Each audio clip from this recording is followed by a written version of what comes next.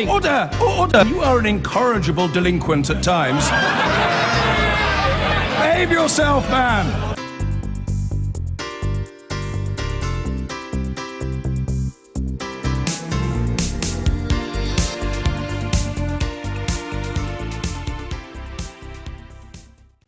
Just last week, the Chancellor told the BBC that the government might need to make further big cuts to public spending because of poor economic data.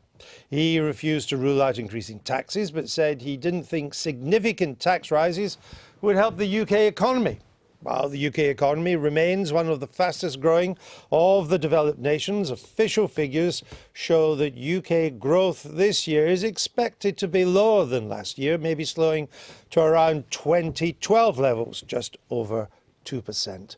The Office for Budget Responsibility has also pointed out that tax receipts in January, when self-employed people settle their tax bills, so it gets a big push, well, they were less than expected.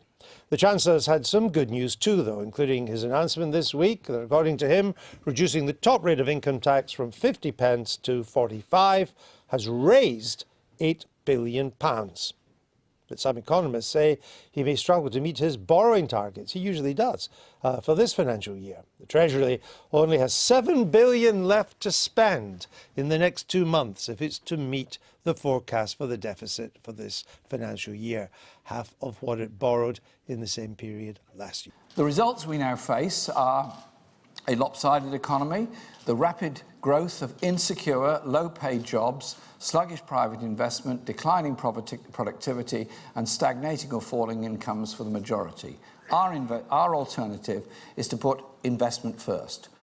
And I'm joined now by Paul Johnson, the Director of the Institute for Fiscal Studies, and the Shadow Treasury Minister, Richard Burgon. Richard Burgon, let me come to you now. Is Mr Corbyn now saying that it was the Labour economic stance that helped make the crash much worse? Well, I think what's clear is that Labour has learnt the lessons of the economic crisis of 2008, but the Conservative government hasn't learnt the lessons of that economic crisis. But Labour, according to him, are we saying now that Labour's economic policy in the last government was, quote, unsustainable? Well, I don't believe, and Jeremy Corbyn doesn't believe, that the Labour government caused the global economic crisis. No. That was a crisis that started not in Downing Street, but on Wall Street. At the time, the Conservatives were arguing for less regulation of the banks. But I do believe that Labour has learnt the lesson that the banks weren't regulated enough at the time when we had a new Labour government. Why was the Labour economic policy unsustainable? Well, I think that it's all about learning the lessons. I think Jeremy, in his speech, did mention about the level of PFI arrangements in place, which have caused some problems going forward. But that was a form of financing. It's not really an economic policy. What was it about the macroeconomic policy that was unsustainable?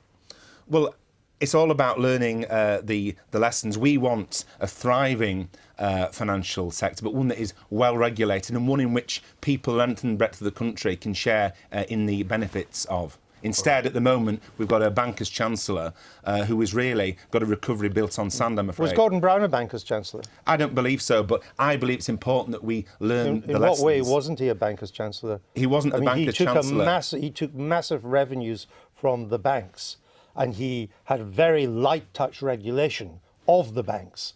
So in what way was he not a banker's chancellor? Well, I think Gordon Brown was a successful chancellor, and history will judge him But in what way was he not a banker's chancellor? But he didn't take orders from the City of London. For example, Gordon Brown wouldn't have abolished the reverse burden of proof. But he allowed them to be very rightly regulated. He depended on them for his government spending. He took, in 1 year, he took 80 billion from the financial sector in taxes, and in return, he barely regulated them except in a light way. In what way is that not being a banker's chancellor? Well, I think we need to be talking about the future, not the past. And the key test is this. The key test is this, Andrew. Have people learnt the lessons of the past? I believe the Labour team has. I think that regulation was too light on the banks at the time of the financial crisis. That's your key. For me, the key test is answering my questions, but we'll move on.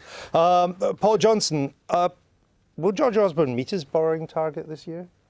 Just remind us, how much, is it 70 billion? He needs to be aiming around 70 billion. It looks like he may be a couple of billion worse than that. But that, in a way, you know, that doesn't matter terribly. The target he set himself is to get to surplus in 2019. That's his overwhelming goal. And if we're a couple of billion off this year, he won't really mind, so long as he's still aiming for that surplus in 2019. He was 50% out when it came to the end of the last Parliament.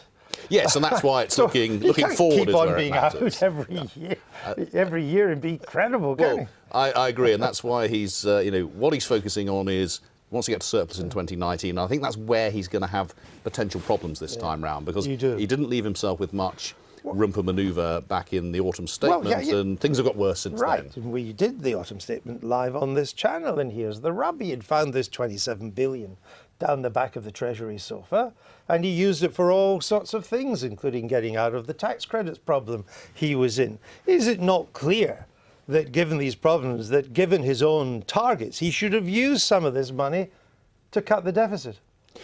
Well, we can get into this 27 billion number isn't a real number. It's kind of one of these silly numbers accumulated over lots of years. What he actually did last year was stick up taxes by about 15 billion, and that's the main reason that he was able not to cut to cut spending less than he was than we thought he might have to.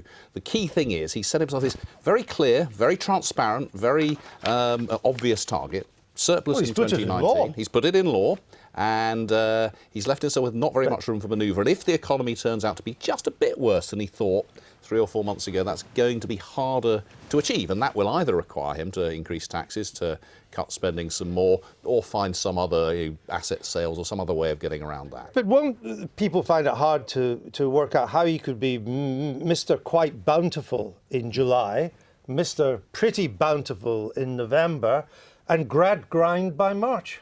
Well, he wasn't actually bountiful. He just cut things a bit less quickly than it looked like he was going to cut them. So let's not fall for in a sense, the spin that, you know, there's been lots of money being thrown around. This is still, you know, if the last 5 years was the most austere 5 years since the war, the next 5 years will be the second most austere 5 years since the war. So this is not moving from bounty to anything else. What he's done is he's boxed himself into this corner because he's got this very clear target. And I think actually it will define his whole chancellorship, how he responds to in this particular budget. Well, not perhaps this budget, but maybe the next one, if the economic news continues to be a bit less than expected. So if this budget, it looks like he's 10 billion out in terms of his surplus in 2019. Oh, you say the projections going forward, it might be so 10 billion. 10 billion is quite a lot of money, but actually the Treasury can generally find 10 billion down the back of the sofa. But there's a lot of money. Who's got this sofa? Can I have one of these things? I'd like one too. But if the numbers get up to 20 or 30 billion, then he won't be able to avoid these really tough choices about taxes, spending, and just giving up on his target. But here's two areas where you could get a lot of money. One is pension reliefs, 34 billion. They mainly go to the better off. And secondly, petrol prices have been following. He could whack up the fuel duty again. And both these would raise quite a bit of bunks, wouldn't they? So on pension tax relief, he's got a very big consultation out there. He's opened up some really radical changes to the way he might tax pensions. The two front runners seem to be removing or reducing the pension tax relief that higher rate taxpayers get. So if you're earning more than about £40,000 a year, he might reduce the tax relief. You wouldn't get the 40% anymore. But he may raise those on the standard relief. He may, and that would clearly hit a group of people quite hard and potentially help some others. The other thing he's thinking about is actually getting rid of pension tax relief up front altogether, and then treating pensions rather like individual savings accounts, ISAs, where you pay tax up front and then you take it out free of tax in the end. That brings him lots of money up front, but of course it doesn't necessarily help the public finances in the long run, because he's giving up taxes. That's a huge risk though as well, because people who now don't trust politicians on the left or the right will say, well, you're taking my tax relief on the way into this pension. How do I know by the time I get the tax relief out of I get it out tax-free, that you'll still have done that? After all, you've messed around, both governments, Mr. Brown and Mr. Rowe, you've messed around with my pension almost every year. There's the rub, I agree with you. All right.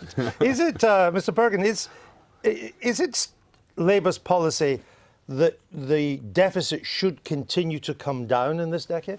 Well, the deficit needs to be got rid of, and what concerns me is that George Osborne promised the deficit would have been eliminated by the last general election. I've made that point. What I'm asking is not... It will be eliminated I understand that, and I've made that point, and I election. think that our viewers will have got that his forecasts on the deficit are not always entirely reliable. Which shows that his if I can austerity use isn't working. British understatement. But I didn't ask you about that. What I asked you was, is it still Labour's policy, or would Labour continue to reduce the deficit through the rest of this decade? Well, Labour will get the deficit down, but not on the backs of ordinary people. And if the Chancellor is serious about getting the deficit down, he wouldn't have allowed Google, for example, to get away with paying only 3% tax, only £130 million over 10 years. So if a Labour... Well, many of these taxes, of course, happened under a Labour government when they didn't pay any tax. But I'm still not quite clear. The deficit is about 70 billion, right? Around that, give or take a couple of billion. Would Labour want to see that continue to come down? Well, the deficit is 74 billion, and Labour would like to see the deficit come down. And how would you do that? Labour is committed to getting the deficit down through investment for long-term growth. How would you do that? Through investment for long-term growth. But doesn't that cost you more money? I'll use flooding as an example. For every pound that the government has saved on flood defences, it's cost the economy £8. Right. So. But doesn't that mean, at least in the short term, to pay for the flooding, to pay for other investments that you'd want to do, to pay for that, at least in the next couple of years, the deficit would have to go up? Well, borrowing to invest needs to occur, but Labour is firmly committed to getting the deficit down. When would it start to come down? Well, Labour won't be in government until at the earliest, unless something happens that I would be surprised at. I until understand. 2020. But I'm just trying to work. So you accept it would have to go up before it came down? I don't accept that, no. No? All right. Mr. Osborne's claiming that by cutting not the top rate of tax, the top rate of tax from 50 to 45, that he's raised another 8 billion.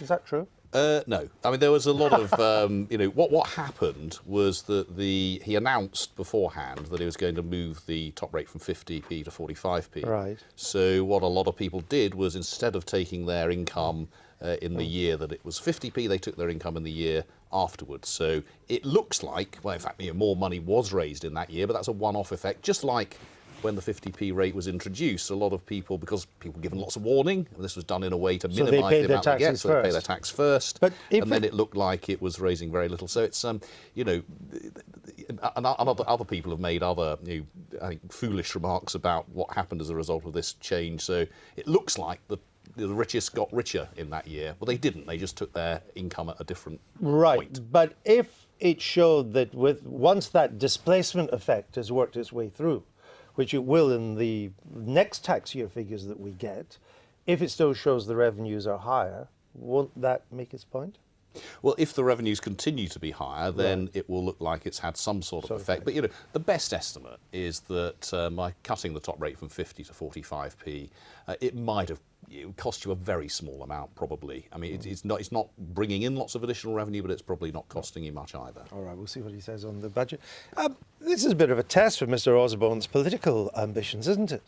Well, I think one of the things that's quite interesting about political leadership is how things go up and down. So at the general election, immediately after the general election, everyone was saying George Osborne's up, and then the tax credits he's down, and then Boris is down because he can't make up his mind, and then he's up. I mean, I think that there's Mr. Osborne hasn't been up since the election, has he? Well, there's a huge amount of noise as well as signal in these. I think undoubtedly, when George Osborne decided to carry on being Chancellor of the Exchequer, he definitely traded off being the most significant, most powerful figure in the current government against risked his leadership ambitions. That is the calculation without any question. Because if you had sort of removed yourself to being shadow foreign secretary, to being foreign secretary, you can reduce the risk, but you reduce your power. So I suppose he's choosing to remain a big figure in the Cameron government at some risk that events will make it more difficult for him to be leader. But since events are completely unpredictable, because look at Boris,